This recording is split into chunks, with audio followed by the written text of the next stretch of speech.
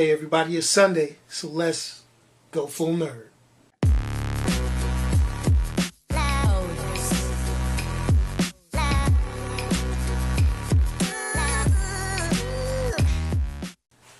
This past week has been pretty exciting as far as comic book news. We've seen a few things that happened that, hey, came completely out of nowhere. The Avengers Age of Ultron trailer was released early and bang! Wow, it hit the internet by storm. Other than getting everybody excited about the trailer, it did reveal a couple of things. Number one, the Avengers are going to be fighting in full force, which is awesome to see on screen, much like the climatic Battle of New York scene in the original Avengers movie. Also, there seems to be some sort of romantic dynamic between Black Widow and the Hulk.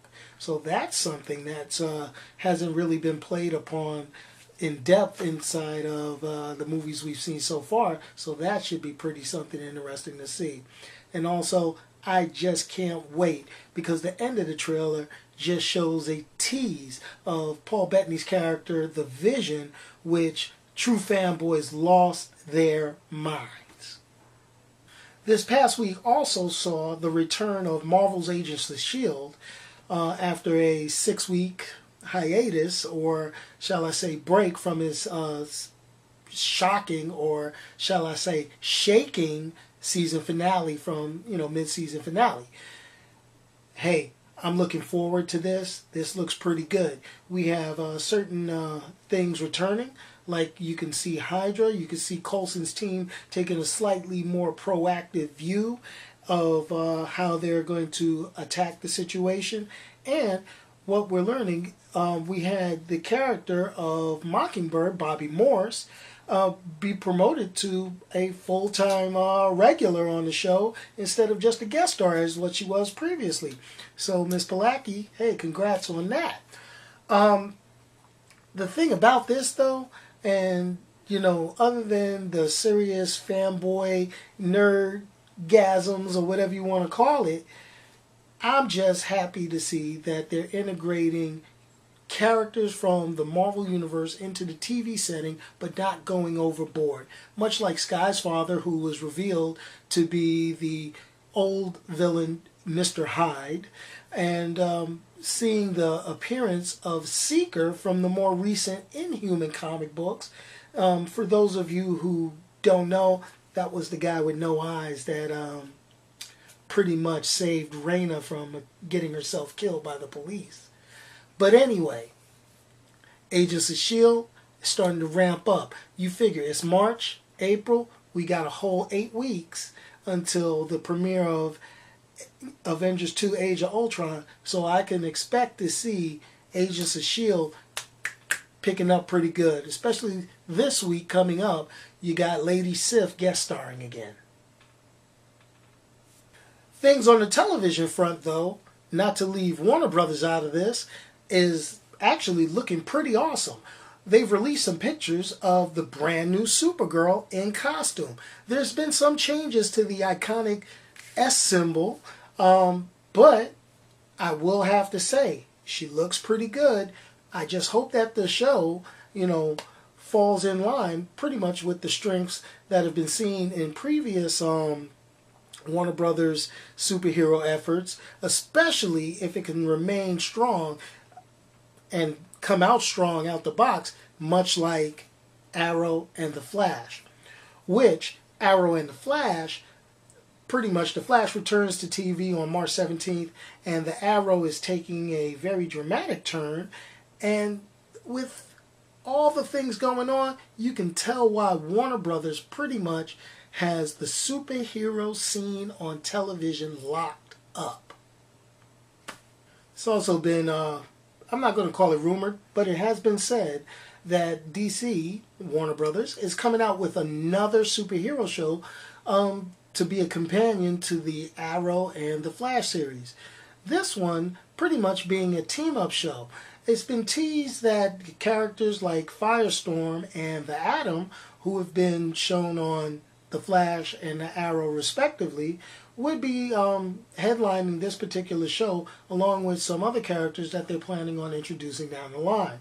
Now, this would be great because one of the things that I've noticed, even though Wayne Enterprises does exist in the Arrow, Flash, mythology on television, there doesn't seem to be a Batman. Well, the thing about it, if you take a look at Arrow, the series as a whole, he's taking the place of Batman. I mean, you have him going against S.H.L.E.L.D.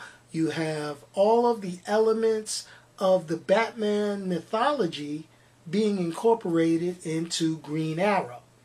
Now, this is something that actually works because you don't want to inundate the people with the television and the movie properties, especially since we have Superman v. Batman coming out next year.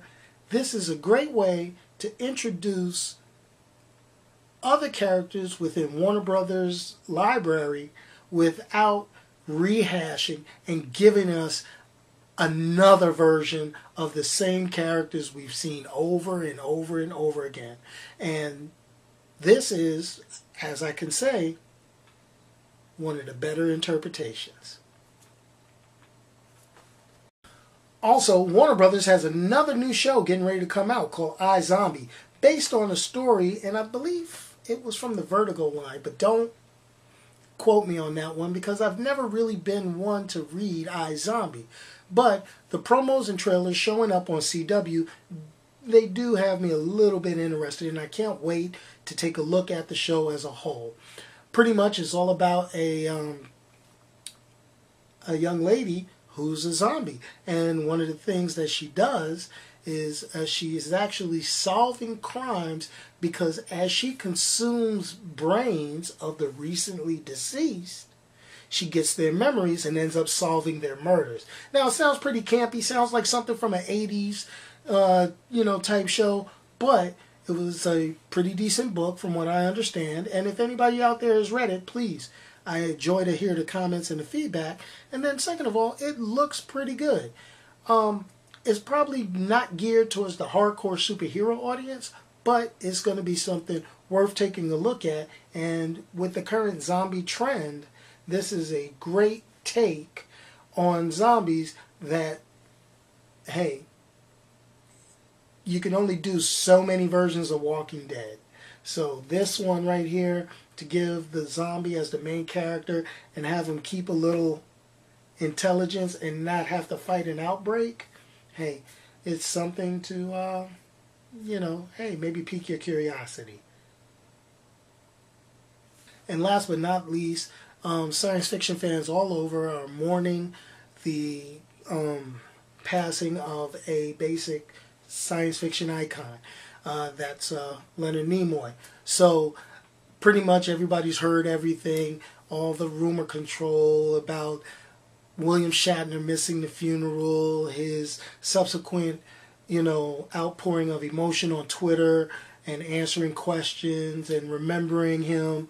And one of the better things that I can say is, hey, live long and prosper, and see you next week, and check you out during the week for other reviews. That's Goingfullnerd for this week.